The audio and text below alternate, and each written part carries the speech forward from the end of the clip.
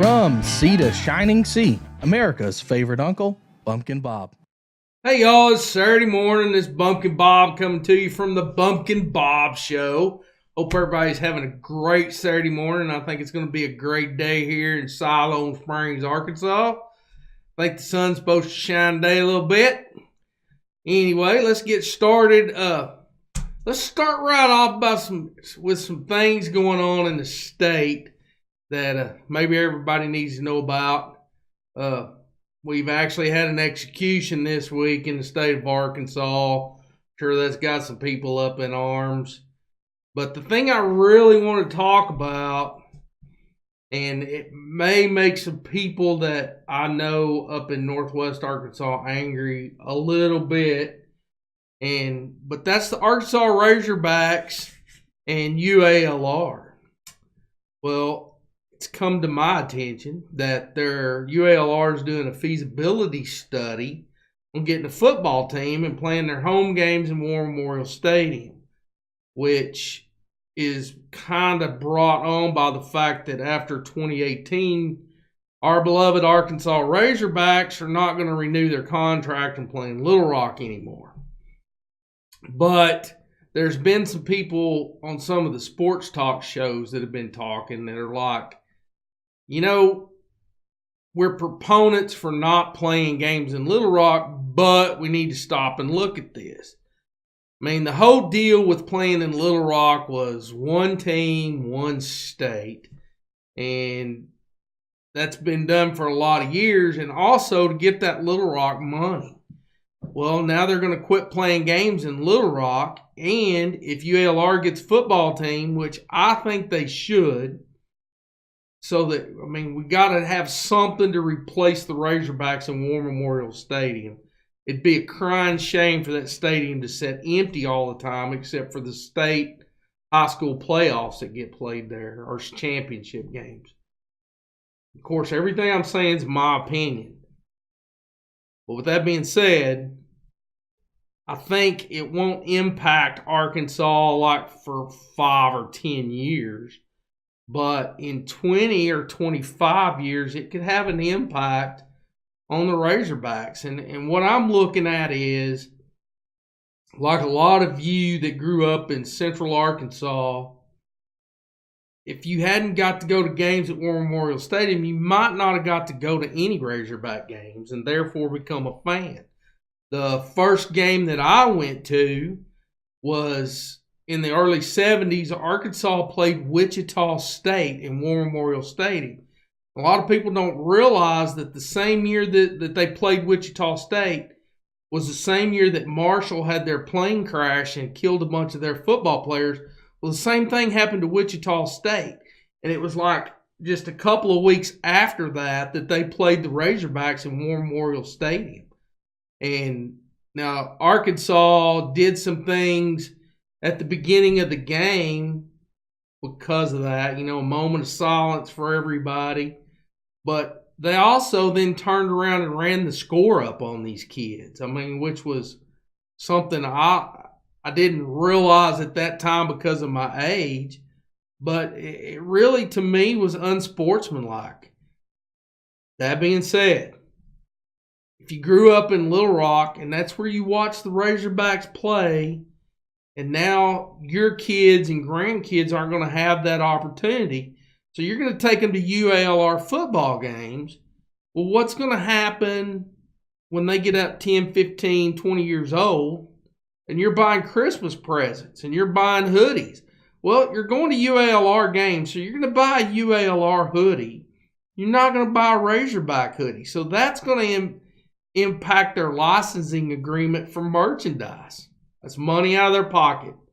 Second thing is how many of those people in Little Rock that are buying season tickets and supporting the Razorback Foundation are now going to start buying season tickets and supporting UALR's foundation? Because I'm sure they have an athletic foundation. With that being said, we pay our coaches out of the Razorback Foundation. It's my understanding that the majority of their salary comes through that. And it's like, no offense, you can't afford a coach right now that can compete in the SEC. What are you going to do if you cut Razorback Foundation funding? They're just getting to a point right now that the basketball team's starting to compete. The baseball team's always competed, and so is the track. Track is just phenomenal. I mean, as far as the Arkansas Razorback goes. But the football team still isn't quite there. And if you start cutting funding, then you're going to have even a harder time stepping up to that level of the conference you're playing in. That being said, I still think UALR should get a football team. But I also think the Razorbacks, the people in power, so to speak, Jeff Long, number one, should step back and think about what taking that one game out of Little Rock's going to do. I mean, you've already cut them from 3 games a year to 1. So I really believe in my heart that they should look at that and take a harder look at what it's going to do pulling that game out of Little Rock. For me, I mean, it's a big deal because that's what I grew up getting to go to War Memorial Stadium to see the Hogs play. Another highlight of that was I got to go to the Houston game in the 80s. Was it the 80s or 90s? Maybe it was the 90s. I guess it was the 90s. When Andre Ware and the Run and Shoot came to Little Rock. And everybody thought there's no way Quinn Grovey and the Arkansas Razorbacks can compete with that. Well, they lit it up that night. They matched Houston chunk for chunk. I mean, they came out throwing the ball, and it was the most exciting thing I've ever seen in my life. And Arkansas won. We beat Houston at their own game. We were a power offense, smash mouth, big offensive lineman run the ball down your throat. But on that night, they backed up and aired it out. And it worked, And it's just like there's been a lot of exciting things take place in Little Rock, and I hate to see that game go. If you agree with me, go over to the Bumpkin Bob website, and there's some email links over there. You can find us on Twitter, find us on Facebook, and let us know what you think about it. Especially if you support UALR having a football team. I think they should. I think there ought to be 5, 6, 7 home games played in War Memorial Stadium. With that being said, I want to see UALR and Arkansas State playing in the War Memorial Stadium. And then they can turn around, point a finger up here at Fayetteville and go, hey, we're competing. Let's go. Let's line up, play some smash mouth football. Anyway, make sure you get over there and let us know about that. And like I said, you're on our website if you're watching this. So there on the website, there's going to be some links to Twitter and Facebook and our email accounts, especially job site tales at bumpkinbob.com. So make sure you go over there and tell us how you feel about this because we really want to hear it. I do anyway. Now I'm going to tell, speaking of job site tales, I'm going to tell a tale today that it took place at a job site, we could say, since we're talking about sports. And I was there, but it actually wasn't me that said it or did this particular little job site tale.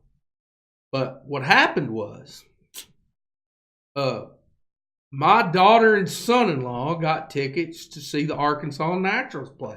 That's our minor league baseball team here in Northwest Arkansas. So we went over there to watch this game, and I get tickled just thinking about it because I've got a buddy that thinks this is the greatest story he's ever heard. Every time he sees me, he brings it up, and we just chuckle about it. But anyway, we went to see this minor league baseball team, and anybody that knows my daughter, she's about 5'0" and ain't scared of anything. And pretty much, if it pops in her brain, she says it. And anyway, we're sitting behind the home dugout, and this one little ball player, and forgive me because it's been a couple years.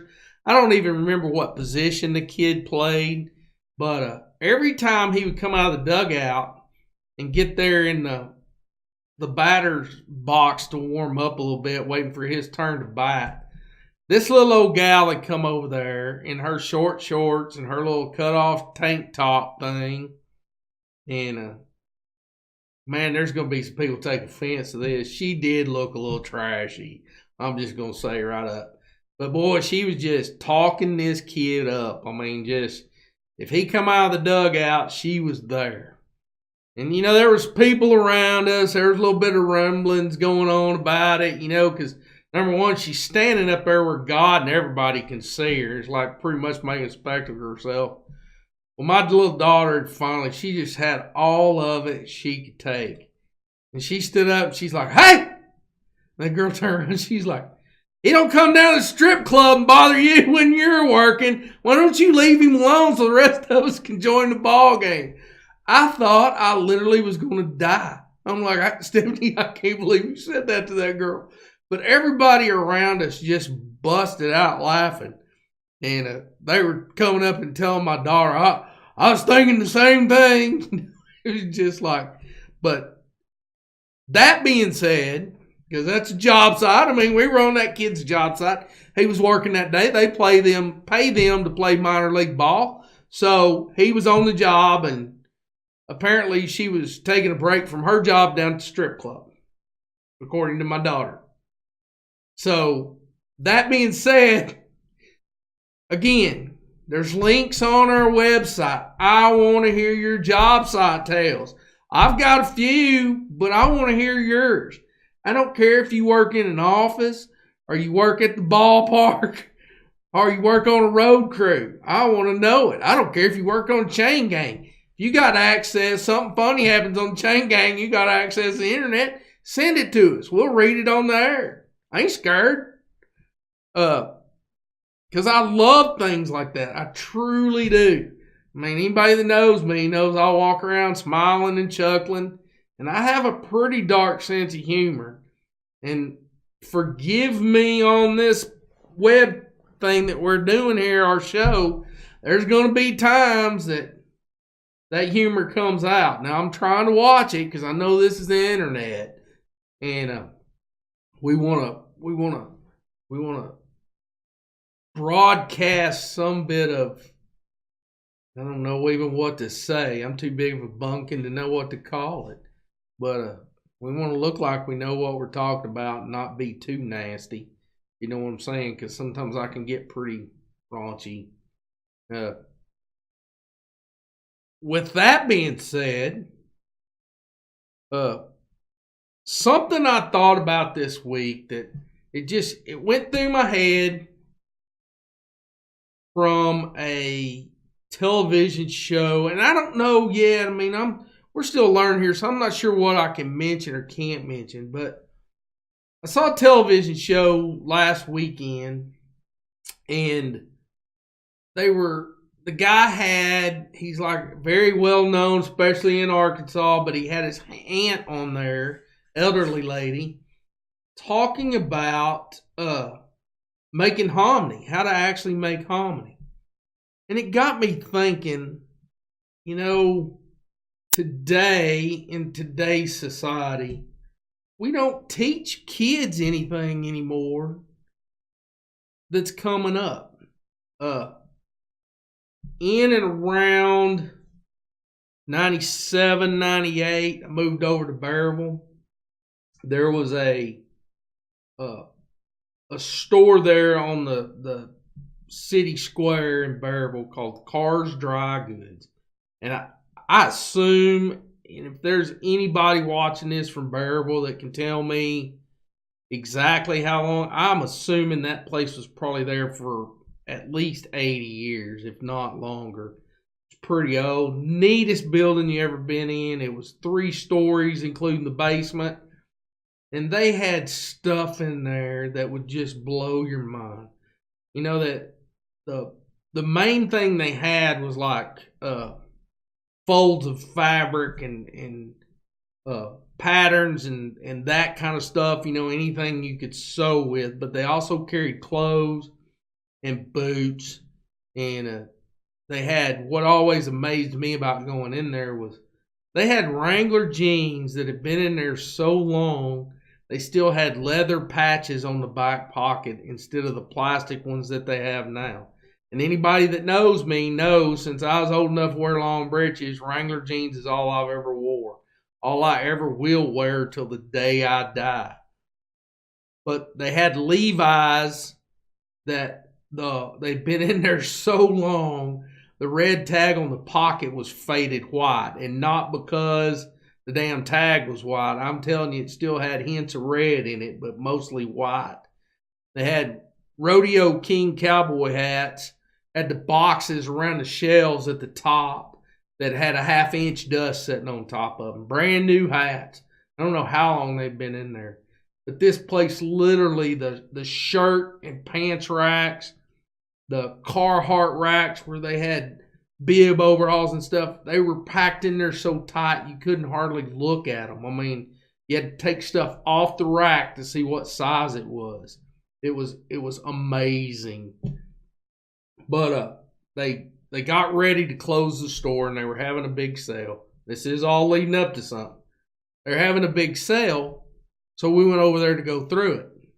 Well, I ended up in the boot department looking at boots, and they had a pair, and I don't remember if they were 8 or 10 inch high top work boots, lacer work boots. So they had them in my size, and they were a good looking pair of work boots. So I grabbed a pair, slipped a pair on, threw my foot up on the little bench there instead of sitting on it. Reached down one hand and grabbed the shoelaces because it had hooks instead of eyelets, and I speed laced my boot. Didn't even think anybody was watching me. It's just something I always do. Well, the elderly guy who was the salesperson was like, hey, what did you just do? I'm like, what do you mean what did I just do? He said, how did you lace your boots like that? And I started laughing. I said, I speed laced them. He said, where'd you learn to do that? And I said, well, that's from growing up with a lineman for a dad. I said, and he wore, when he was still climbing, he wore 18-inch tall boots. It takes a while to lace them if you're lacing them one hook at a time. And he said, son, my grandson's a lineman for Carroll Electric Co-ops, and he lived with me for a long time, and I've never seen him lace his boots like that. I said, well, that's kind of sad that another lineman hadn't showed him how to put his boots on then, isn't it? That being said, that's just a little thing my dad showed me. I mean, it was kind of silly, but something he showed me and something I do to this day. I mean, I wear cowboy boots on the weekends mostly, but during the week I wear work boots just like the rest of you guys do. And I usually wear lace-up work boots because I feel like they support my ankles better. So I always buy them with the hooks instead of eyelets, and I speed lace them. It's just something I do. And it's like anymore, people don't pass things down. They don't teach their kids and grandkids about the old ways of life. An example, I've heard ever since I was little that my grandpa Griggs did a year in the federal pen for running moonshine. Him and his brother had a moonshine still. I don't know that it's true or not. It's like, don't know one way or the other because my grandpa passed away when I was 9 years old. So I didn't get a chance to be at that age where, he could pass that recipe down to me. That being said, if any of my cousins on the Griggs side have a recipe for making moonshine that is Grandpa Griggs's, I'd like to have it. That being said, if any of my cousins on the Griggs side actually know how to make moonshine, I'd like to learn. I don't know that my dad ever learned. I don't know that his dad passed that down to him or not. Maybe some people think, well, that's a black mark on the family name. I look at it as a badge of honor. It's like, if it's true, I'd be proud to tell my friends and family that, my granddad did a year in the federal pen for running moonshine in 1931, the year my dad was born. Apparently, somebody heard the deal one day. Why do you think there's a year between Dad and Aunt Mita. Like, because Grandpa was in the federal pen. Like to know. And I'm pretty sure there's either an aunt or two, whether they'd tell me, or some cousins that know one way or the other. Well, I'd like to learn. I mean, who wouldn't like to make their own hooch? Especially if you got a recipe that's been passed down from your grandpa. I mean, to me, there ain't nothing cooler than that. That's great. First time I heard somebody talk about a place over here on Beaver Lake called Hog Scald. As soon as I heard it, you didn't have to tell me what they did there or why that place got that name. It's because that's where the people around in that area would gather in the fall to scald hogs. I'm sure those depressions in the rocks that are over there, apparently there's some creeks running through there, and they'd dam them creeks up, put hot rocks down in them depressions to get the water boiling, and that's where they'd scald their hogs when they in the fall. Well, nobody does that anymore that I know of. I mean, we buy commercially produced meat. But, if there's somebody out there that's done it or knows how to do it, you need to pass that down to the next generation. And maybe not even just to the next generation. You may be working with somebody and you tell them, my grandpa and his dad and my great-grandpa, however you want to put it, used to scald hogs in the fall when they'd start butchering. Well, what's that? Well, you'd tell them, it's a way to loosen the hair so you can scrape the hair off the skin. I'd like to learn how to do that. Well, invite them over. You would be amazed at how many people might actually like to learn that. That being said, the guy whose aunt was making hominy, I bet you most kids today don't even know what hominy is. They probably ate it, especially in Mexican dishes, because Hispanics like to use it a lot. And you can't have, people may not know this, Bumpkin Bob's pretty smart. You can't have tortillas without having hominy. Now run that through your brain for a minute. Look it up on the internet. I guarantee you it's out there. Guarantee you. Because I'm telling you, there ain't nothing on that you can think of that ain't on Google. That's God's honest truth right there. That is the craziest thing I've ever seen in my life. But do you know what hominy is? It's like you're eating corn that's been soaked in lye or lime. It's got to be something alkaline based to loosen the husk off of it. When they do that, it swells up the inside. And you can make white hominy or yellow hominy. It depends on what kind of corn. Pretty much they use field corn for that. You're not going to use sweet corn to make hominy. If you are, there's something wrong with you. Anyway, probably a lot of people don't know that. And there's probably even fewer than that actually still make hominy, their own hominy from scratch. It's like, I guarantee you, if somebody came up to me and said, Bumpkin Bob, this weekend, Saturday, my grandma and great-grandma and my great-aunt or whoever is going to make hominy. We're going to do hominy this weekend. You want to come look, see how it's done? It's like, hell yeah, I do. It's crazy, but hell yeah. We film this show on Saturday. I'll be there Saturday afternoon if y'all can wait on me.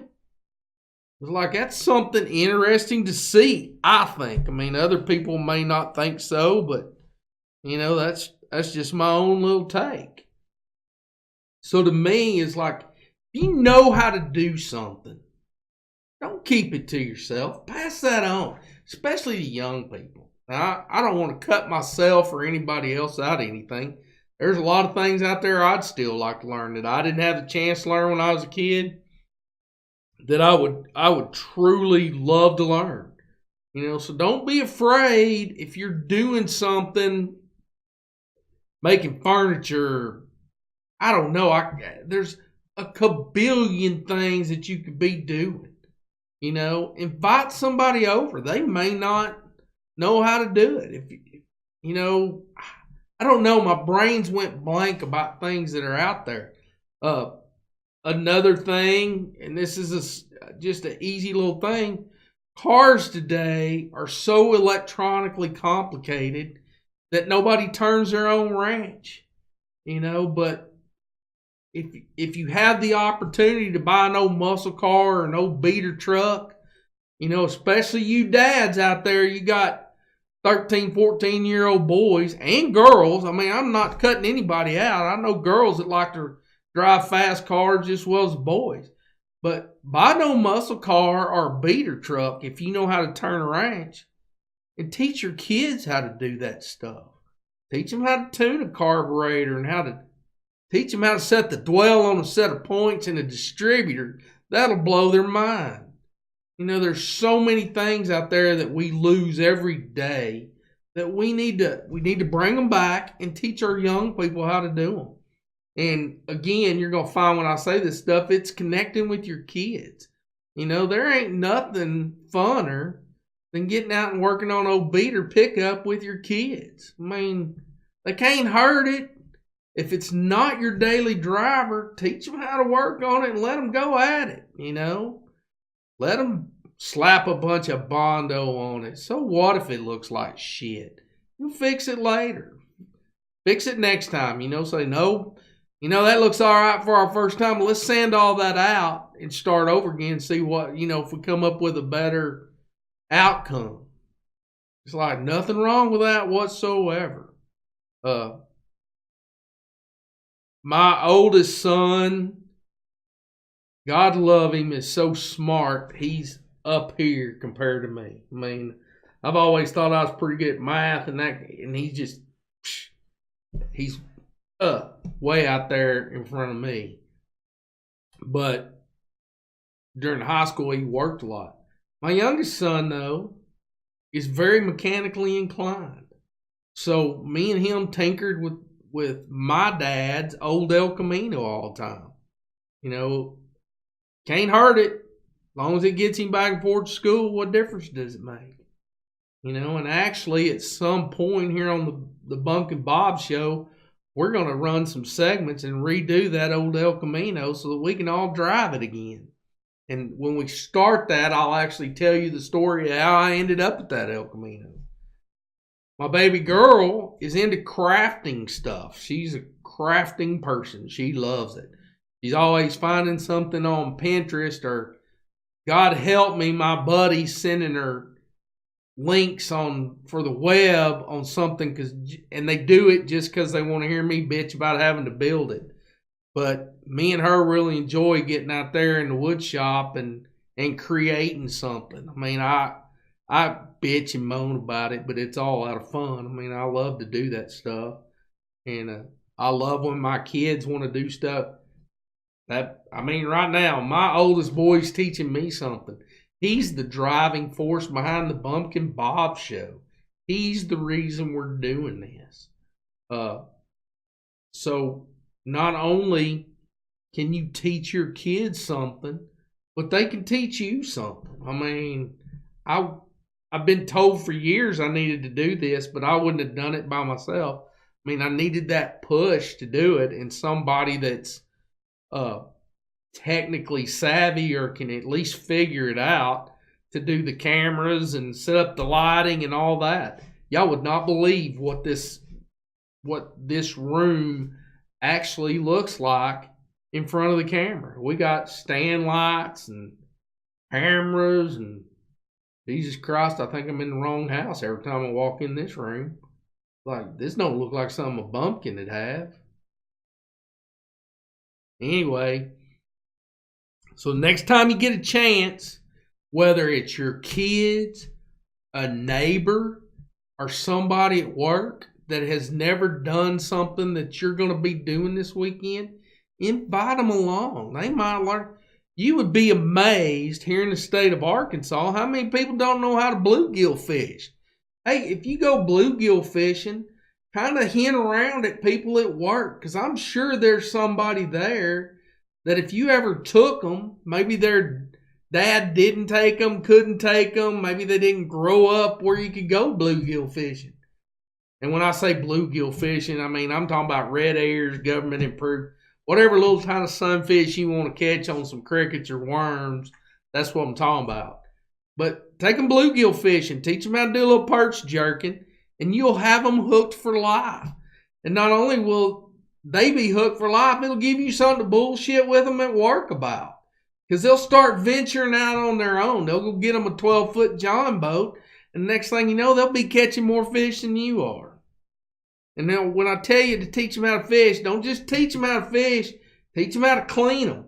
And don't fillet them. You got to teach them how to actually clean them the right way first, the way we all learned as kids. Then you can get out the electric fillet knife when you start getting like crappie and catfish and show them how to fillet. But when you're catching them little brim, you teach them how to scrape scales and gut them and cut the heads off. And then teach them how to cook them. You know, it's like, let's get out there, not just with our kids, but our neighbors and people we work with. I truly believe that if we sit here long enough, we could come up with a million things to teach each other. And stuff that we have lost over the years, people. That's the kind of stuff I'm talking about. It's the stuff that we've lost over the years. You know, making moonshine. God help me if I'm telling anybody to do anything illegal. I don't want to do that, and I don't want to get nobody in trouble. So if you don't make moonshine, if you know how to make beer, you can make so much beer for your personal consumption. You know, teach somebody how to do that. It's some of that stuff like making beer. If you go online and read it, it's intimidating. But you know, I got this feeling that if your buddy said, "Hey man, I've been doing it for years. Let me show you how." It's probably not as hard as what you think it is. So, you know, it not only gives you the pride and satisfaction that you taught somebody how to do something, it also gives you something to talk about with that person. And the fact is, like, let's just use making beer as an example. If you're making a little bit of beer for yourself, you know, how much experimentation do you actually get to do with making, like, pumpkin beer? Because a guy I work with one time made some pumpkin beer, and I'll be honest with you, it sucked. It was the worst stuff I have ever tasted in my life. But if you're just making like a batch every month or something, how much experimentation can you make? But if you get with a buddy and teach him how to do it, and he's making one kind of beer, you're making another kind of beer, and you get another buddy involved, and they're making beer, hey, you can all come up with something that you all like. I mean, you're getting to do a little more experimentation with that. So let's teach each other how to do stuff that maybe doesn't get done anymore. I don't know how to say that, but just get out there and, you know, let's connect with each other on that kind of level, so to speak. Now, another thing that's going on right now is they've moved, kind of changing gears here and going a little political. They've moved a naval fleet closer to Korea, and he's all bent out of shape and threatening to bomb people and stuff. And it's like, and maybe somebody who's a lot smarter than me can explain this to me. It's like, why do we not just tell China, you know, y'all import a lot to this country, and if you want to keep importing stuff in here, you need to do something with him and calm him down, you know, chill him out. All he wants to do is go to war with somebody. And it's like, he scares me. I'll be honest with you. That little guy scares me. He's young. He's just, I don't know. He just scares me. So if somebody can explain that to me, why we can't get, and maybe they are trying to get China involved. From some of the stuff I've seen this week, that's kind of what they're saying. They're trying to get China involved to kind of help calm the situation and get him calmed down. Anyway, that's my take on that little scenario. Now, I think we mentioned at the first of the show that Arkansas executed a man this week. I think it's just one that didn't get a stay of execution. And I don't know what everybody else's opinion about that is, and my oldest son's probably fixing to shit a brick. But to me, I'm kind of for the death penalty. I mean, once you've exhausted all your appeals, and if you really did it, I don't want to pay for you to sit in prison for however long. It's like it's crazy some of the stuff that we go through and have to pay for. But it's like, especially because I'm pretty sure we're probably paying for all your appeals and everything else you're doing. So I'm gonna get my opinion out there, and it's on video now. But I think it's what we need to be doing, and I commend Governor Hutchinson for it. I think a lot of people are bent out of shape thinking that he's only doing it because the drugs that we have are about to expire. I hope that's not the only reason you're doing it. And maybe one of our listeners can explain it to me. Can we not get any more of these? Is that what the problem is? If we can't, then what are we going to do? Because Arkansas has the death penalty. So what are we going to do executions? We're going to the gas chamber, going back to electrocution. I mean, what are we going to do? Somebody tell me. I mean, every time it seems like we do something, somebody comes up and says, well, that's cruel and unusual punishment. And it's like, okay, what is not cruel and unusual punishment when you're dealing with the death penalty? You need to tell us what that is so that we can get our ducks in a row, and that's what we're going to do. Maybe that's a bad opinion. I don't know. Probably need to lighten things up now. Go with something a little more lighter in notes.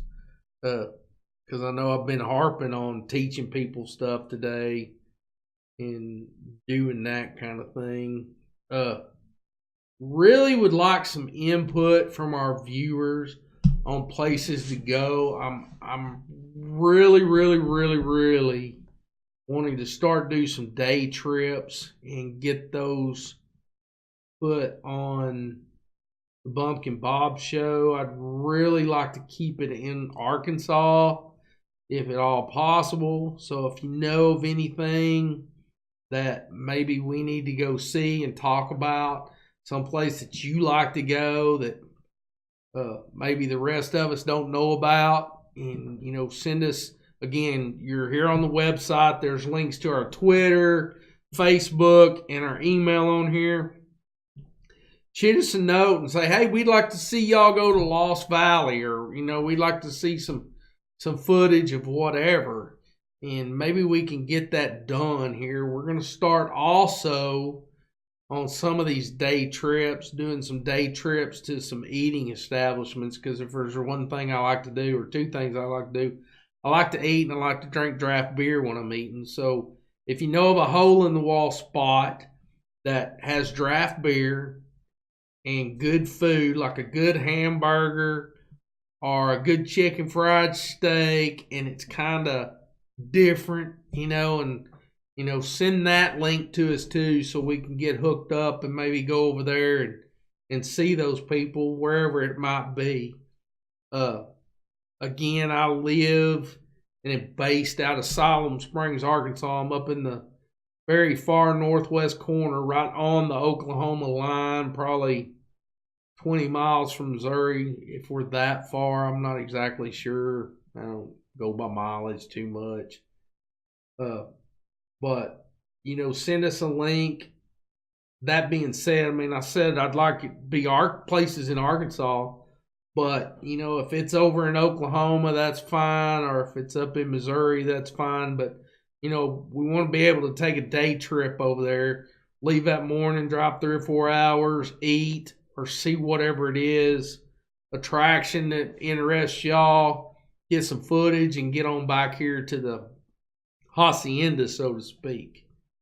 Now, keep in mind that, again, we want to try to do this in a day.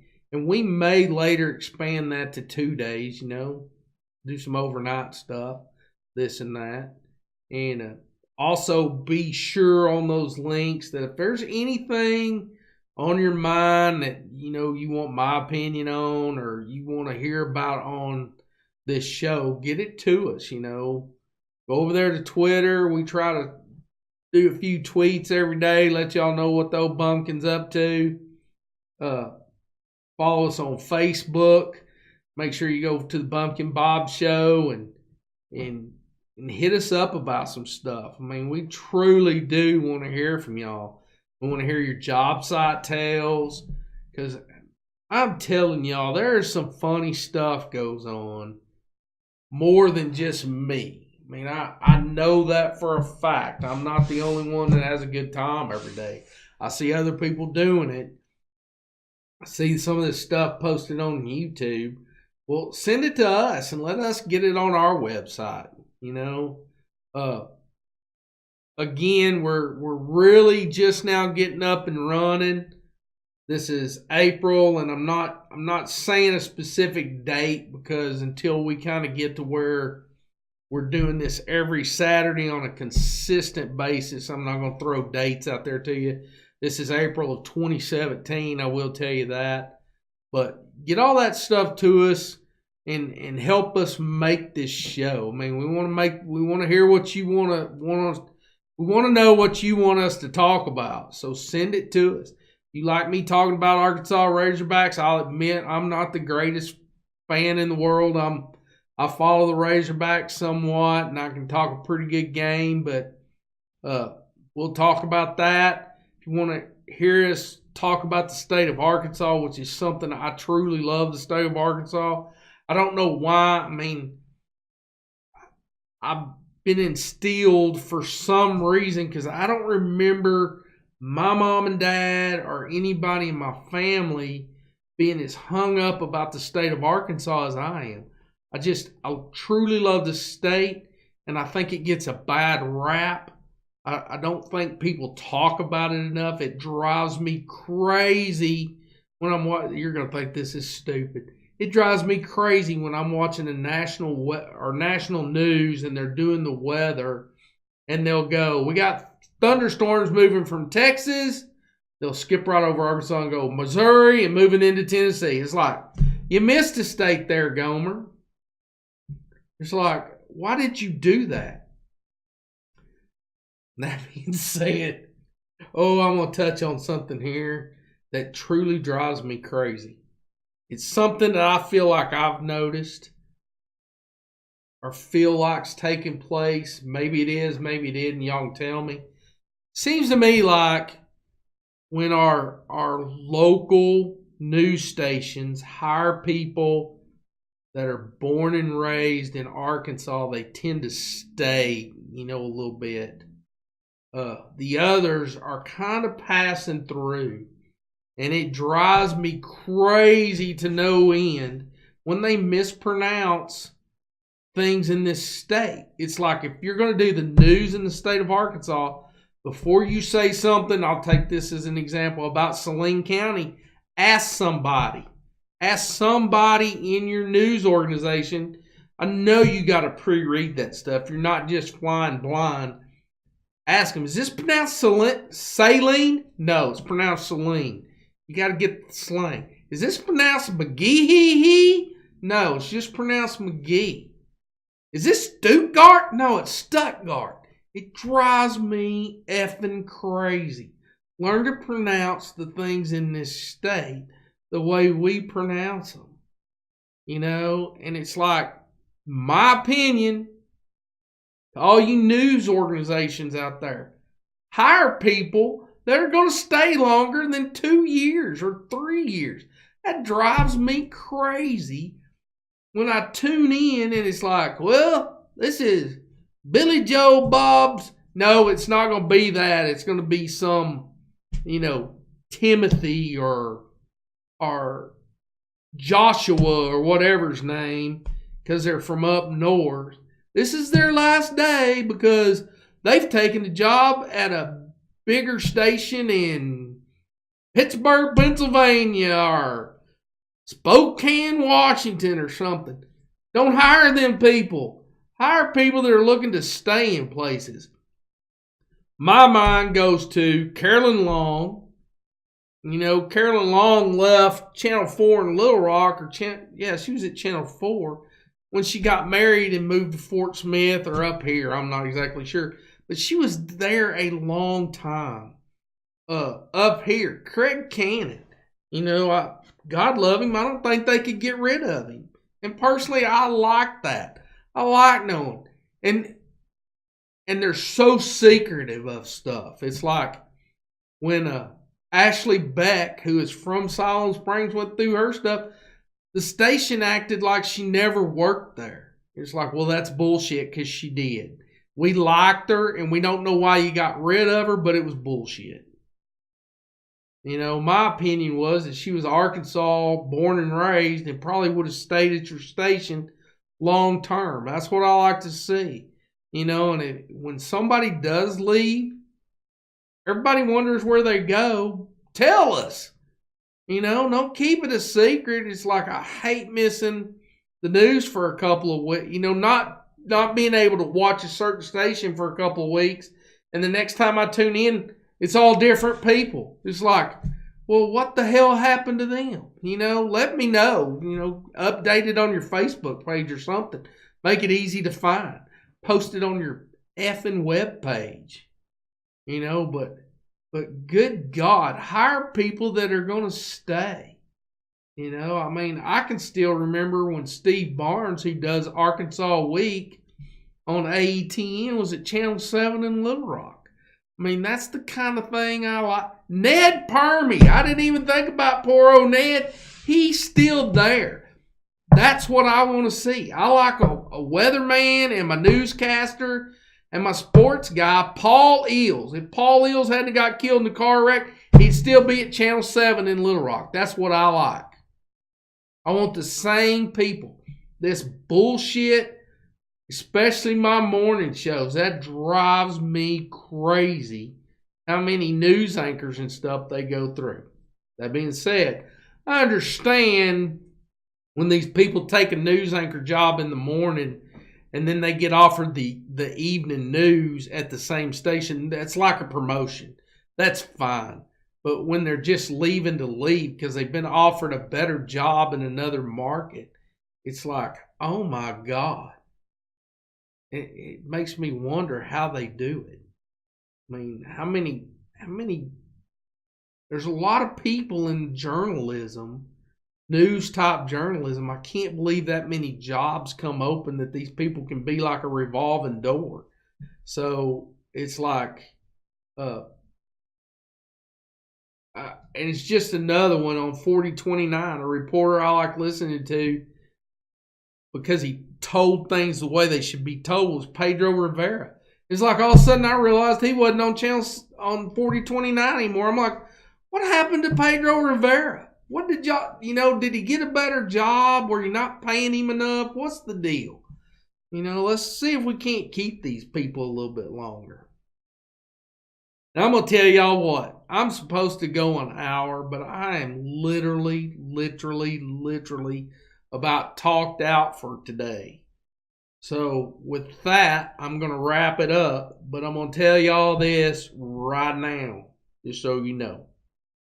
Because I've said this before on some other shows, on some of our other episodes. Saturday afternoons, I like to go to Hog City and have lunch here in Siloam Springs. They do not sponsor this show. They're just an establishment I like to go to. They got cold draft beer and good hamburger. And that's what I'm looking for Saturday lunch. So if you happen to be in Siloam, if you live in Siloam and you're watching this show, come into Hog City on Saturday afternoons. And if I'm there, come say hi. You know, you're not going to bother me. Just say hi, shake my hand. Let us know that you watch the show. And I know without a doubt those people there at Hog City, it gets busy and it's family owned. But they'll take care of you. You know, they'll keep cold beer. Make sure you bring in your ID. I mean, there's not a place in Northwest Arkansas, probably anywhere anymore, that even Bumpkin Bob. I mean, I'm 52 years old and I got to show my ID every time I walk in Buffalo Wild Wings. That's just the way it is. So don't get mad. Bring in your ID. They just want to make sure you got it on you in case ABC comes in checking. So it's not that they don't trust you. It's something they have to do. I mean, that's something the Alcohol Beverage Control Board is looking for. When they walk in, a 40-year-old man sits down, they want to make sure you check his ID. And if they don't, they're going to write them up. So don't get mad about showing your ID. Have it out and have it ready. As soon as the waitress walks up to your table, flip your driver's license out there and say, I want a Bud Light on draft, or I want a Blue Moon on draft, or I want a Shiner Bock on draft. And I'm going to say something else. I'm not a big beer connoisseur. I don't want anybody to think I am. I told y'all a minute ago I was going to quit talking. I didn't quit talking, did I? What do you think about that shit? Anyway, when you go out to eat, don't get bottled or canned beer. You can get that at home if you want beer that bad. Get a draft beer. I love draft beer. And go out on a limb. Some people, I'm going to give credit where credit's due. His name's Dustin Terrell. Several years ago, Dustin Terrell finally got me to venture out of my little comfort zone. I'd order draft beer, but I always ordered Coors Light. He's like, Bob, you got to drink something different. So in doing that, I figured out I like Shiner Bock, and I like Blue Moon, and I like Shock Top. So try something different. Try something out of your wheelhouse. Drink responsibly.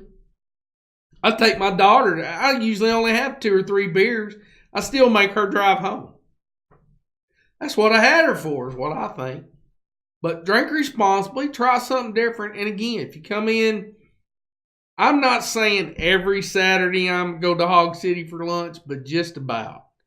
So if you come in, if you're over in Siloam area, come in, say hi, shake my hand, shoot shit for a minute, and then go sit down and get you a cold beer. You'll be happy you did, because these people will take care of you. And with that, Bumpkin Bob is signing out. We're out of here.